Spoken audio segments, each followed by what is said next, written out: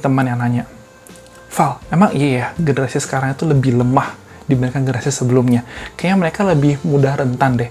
Bahkan banyak juga ya konten kreator yang menjadikannya sebagai konten, sebagai jokes, bahwa generasi sekarang ini yang generasi Z dan seterusnya, itu apa-apa sakit, apa-apa tersinggung, apa-apa baper, apa-apa lelah, kecewa, pengen cabut, healing, dan seterusnya.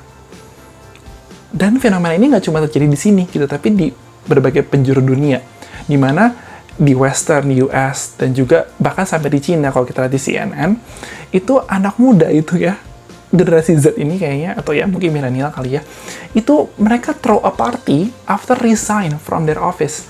Jadi mereka tuh merayakan kalau mereka itu resign gitu, karena mereka merasa bahwa work 9 to 5 itu terlalu banyak hal monoton dilakukan, tidak mengembangkan diri, dan mendingan gue resign aja. Yang mana padahal pekerjaan sedang susah gitu. Dan itu tentunya butuh pekerjaan untuk tetap hidup gitu ya, menghasilkan uang dan tetap hidup. Jadi fenomena bagaimana penilaian generasi sekarang itu lebih lemah gitu ya, resiliensi lebih rendah, itu semakin besar. Iya, memang ada penelitian mengatakan bahwa generasi atau lulusan tahun 2004 sampai 2008 itu memiliki resiliensi ataupun value terhadap suatu hal yang penting itu lebih rendah dibandingkan generasi tahun 1987. Jadi lulusan tahun 1987. Pertama, ketika ada penelitian di bidang sosial ya, dalam khususnya psikologi, jangan langsung kita bisa mengeneralisir ke berbagai macam konteks, karena nggak bisa begitu. Banyak faktor yang mempengaruhi perbedaan budaya, perbedaan lokasi, custom, dan seterusnya di satu daerah dengan daerah lainnya. Jadi nggak bisa kita generalisir ke semuanya. Itu pertama. Yang kedua, coba kita ganti perspektifnya sedikit gitu ya, dibandingkan tadi bagaimana akhirnya generasi sekarang itu lebih lemah dibandingkan sebelumnya. Menurutku, setiap generasi memiliki tantangannya masing-masing. Nah, bagaimana kita bisa melatih diri kita untuk menghadapi tantangan tersebutlah yang perlu difokuskan. Contoh, kalau misalkan zaman dulu nih, tahun 1970-an, pengen 25 tahun ya setelah Indonesia merdeka, itu di Jakarta, zamannya Gubernur Pak Ali Sadikin, ada video, aku inget banget, dimana kalau misalkan kita sekarang, let's say dari Depok lah ya, gitu, dari Depok, ataupun dari Bekasi atau apa, ke Kalibata, pokoknya ke Jakarta kota itu, dengan semua kemacetannya mungkin 4 jam. Pak, ekstrim ya, itu the extreme case. Zaman dulu, bisa 2 hari. Karena mereka naik getek lewat Sungai Ciliwung. Jadi kalau misalkan udah malam, maghrib gitu ya, mereka ya minggir dan bermalam. Terus melanjutkan lagi perjalanan. Selama itu. Jadi, menurutku wajar ketika mereka generasi-generasi sebelum kita itu lebih terlatih untuk struggling dalam mencapai suatu hal. Karena mereka pasti mengalami proses, mengalami perjuangan yang lebih besar gitu ya dibandingkan zaman kita. Sedangkan zaman kita lebih terbiasa untuk mendapatkan sesuatu hal secara instan.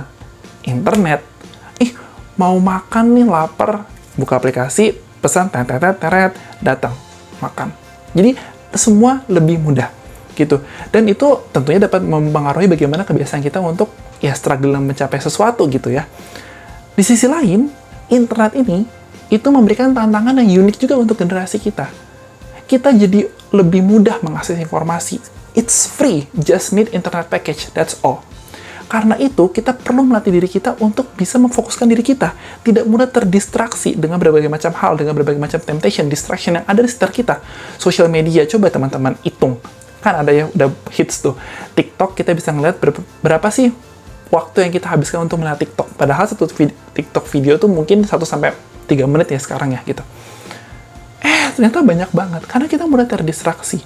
Bukannya menjadi itu sebagai entertainment atau refreshing, tapi jadi fokus utama. Nah, bagaimana kita melatih untuk resist those temptation itu yang perlu kita fokuskan sekarang. Ketika kita semakin mudah mengakses informasi, kita semakin mudah membuat informasi, mengapa kita tidak memfokuskan diri untuk menjadi lebih produktif? Kita mempelajari banyak hal, dari berbagai macam pengalaman, sekolah, ekstrakurikuler, ataupun diskusi dengan teman, membaca buku. Bagaimana kita coba deh, fokus untuk melatih diri kita lebih produktif, lebih banyak sharing ke orang lain. Mudah-mudahan dapat spread this kind of productivity climate dengan orang lain juga. Gitu. Oleh karena itu satu hal.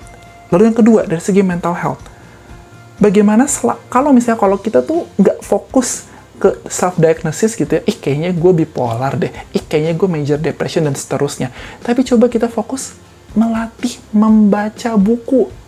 Buku self-help book tuh makin banyak sekarang. Dengan kita membaca buku tersebut, kita bisa memperoleh gambaran lebih komprehensif, dan harapannya bisa membantu kita, membuat kita lebih well-being gitu kan, mental health kita lebih oke, dibandingkan kita fokus pada self-diagnosis yang mana itu nggak akurat juga, nggak tahu juga, jadinya malah labeling, jadinya malah kita mengada-ada makin parah lah gitu, instead of kita untuk mencoba memperbaiki diri kita sendiri.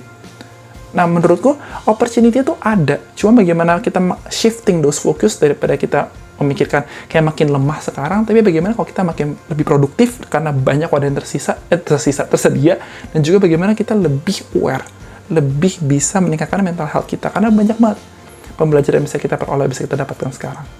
Mungkin itu so far pandangan terkait dengan bagaimana kekuatan mental gitu ya, generasi kita dibandingkan generasi sebelumnya. See you on the next video. Bye.